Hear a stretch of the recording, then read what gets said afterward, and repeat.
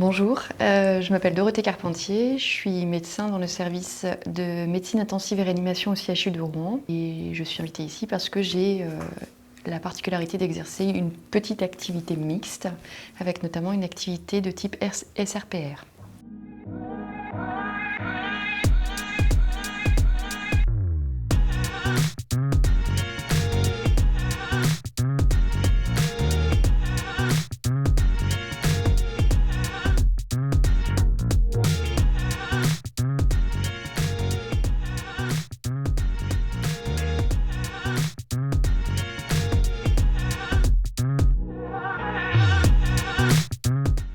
Pourquoi ai-je voulu faire de la réanimation? Alors quand j'étais externe, j'étais plus facilement attirée par les disciplines un petit peu plus, qui me semblaient un peu plus générales, qui n'étaient pas mono-organes, comme la réanimation, les maladies infectieuses. Donc à l'époque, pour soit s'orienter vers la réanimation, les maladies infectieuses, il fallait passer par une spécialité d'origine. Donc j'ai choisi plutôt la pneumologie parce que c'est une spécialité qui me plaisait et qui me semblait être un bon pont vers soit la réanimation, soit les maladies infectieuses en fait. Quel a été mon parcours? Alors, après l'internat de pneumologie, j'ai enchaîné directement en fait, sur un clinica de 2 ans en réanimation médicale au CHU de Rouen. Ça m'a confortée dans mon choix. Et ensuite, j'ai voulu rester dans le service dans lequel j'avais fait mon clinica, parce que le service me plaisait et les collègues également. Comme je n'avais pas de place tout de suite, j'ai dû, et finalement ça a plutôt été une opportunité. J'ai fait 1 an dans le service de réanimation chirurgicale dans le même CHU et 1 an également dans le service de réanimation chirurgicale cardiaque. Donc ça a été plutôt une bonne expérience. Ça m'a permis aussi de voir d'autres choses sur le plan professionnel, mais aussi de tisser aussi des relations avec les collègues anesthésistes du CHU. Et ce qui me sert aussi maintenant dans ma pratique de SRPR, parce que le recrutement des patients se fait au niveau des 4 réanimations en fait, du CHU. Qu'est-ce qu'une unité SRPR? Donc les unités SRPR, ce sont des unités intermédiaires, donc, qui veulent dire en fait soins de réhabilitation post-réanimation.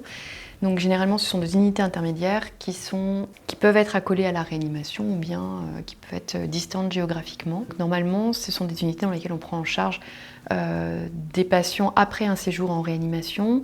Souvent, ce sont des SRPR qui sont soit orientation respiratoire et qui vont être orientés vers un sevrage respiratoire, donc des patients qui peuvent être trachéotomisés ou bien qui vont être peut-être encore sous VMI, qui vont avoir besoin de consolider les choses, soit des SRPR qui peuvent être orientés aussi plutôt une orientation neurologique, avec un recrutement du coup un petit peu différent, plus un recrutement au travers de réanimation chirurgicale et neurochirurgicale, donc des patients qui peuvent être neurolésés, qui vont aller dans des SRPR à orientation neurologique. Pourquoi ai-je voulu avoir une activité mixte? Je pense que quand on choisit la discipline de réanimation, ça ne veut pas dire qu'on s'enferme forcément dans quelque chose de fixe. Je pense qu'il est important d'avoir une évolution, d'avoir un parcours au sein de la réanimation et en fonction de son expérience, de son âge.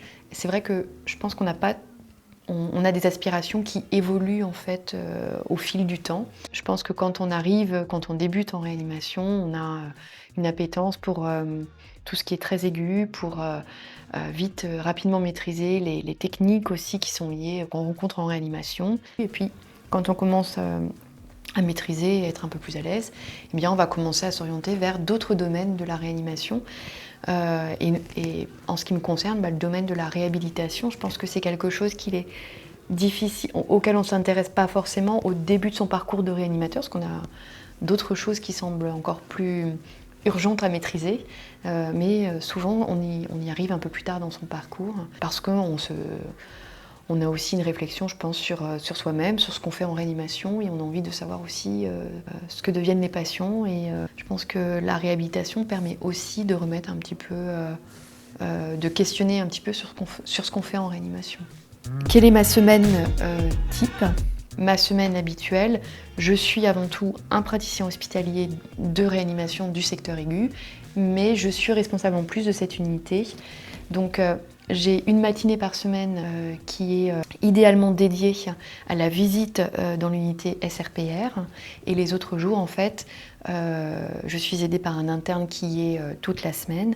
Les autres jours en dehors de ma matinée de visite, eh bien, j'y passe l'après-midi pour régler les problèmes, faire le point et voir comment faire avancer les dossiers. Est-ce que mon métier est compatible avec ma vie personnelle ? Mon travail actuel en réanimation me permet d'avoir une vie personnelle satisfaisante. Je pense qu'il y a 2-3 ans dans le service, on a commencé à avoir une réflexion vraiment par rapport à ça, pour un petit peu améliorer les conditions de travail et permettre justement cette vie personnelle. Et je pense qu'en effet, quand on donne une attention particulière aux conditions de travail, au fonctionnement du service, ça permet de pouvoir associer les deux. En pratique, financièrement, combien je gagne par mois? Alors, en pratique, donc ça fait plus de 10 ans que je suis praticien hospitalier et j'ai un salaire net au-dessus de 5 000 € avec la déduction des impôts, avec les gardes et les astreintes de week-end. Les plus, pourquoi je conseillerais d'avoir une activité mixte? Je considère que mon activité SRPR est une petite bouffée d'oxygène au milieu de mon activité de réanimation plus aiguë, plus intense, plus prenante peut-être sur le plan psychique, on va dire. Et ça permet, oui, de travailler à un rythme différent et d'exercer de façon différente aussi. L'activité SRPR, c'est une activité que je trouve très valorisante parce qu'on a un rendu en fait direct du patient quand il commence à s'améliorer. Généralement, quand ils arrivent dans cette unité, ils sont trachéotomisés et ventilés. Et puis petit à petit, on les déventile et vient le moment où on va commencer à leur mettre la valve phonatoire pour parler. Et c'est vrai que le moment où, la première fois où ils reparlent avec leur trachéotomie, c'est toujours un moment qu'on affectionne particulièrement dans l'unité parce que c'est les premiers sourires en fait. Donc quand ils commencent à reparler, à réentendre leur voix après un mois de réanimation, pour eux c'est des moments très émouvants et qui nous émeuvent aussi au passage.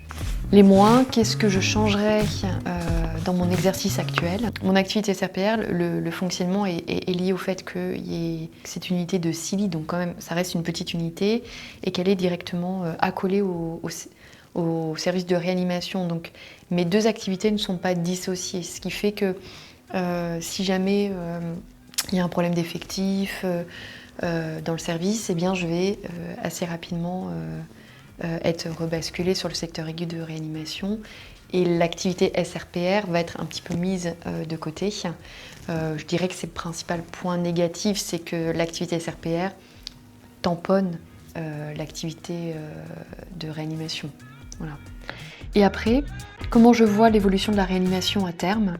Je me rends compte que sur les 10 dernières années, on prend les gens beaucoup plus précocement en charge, avec l'idée de plus on les prend précocement et plus on les prend en charge précocement et plus on leur évite justement d'évoluer vers la défaillance multiviscérale. Et de la même façon, j'ai l'impression qu'on fait de la réanimation en pensant aussi plus maintenant à l'après-réanimation.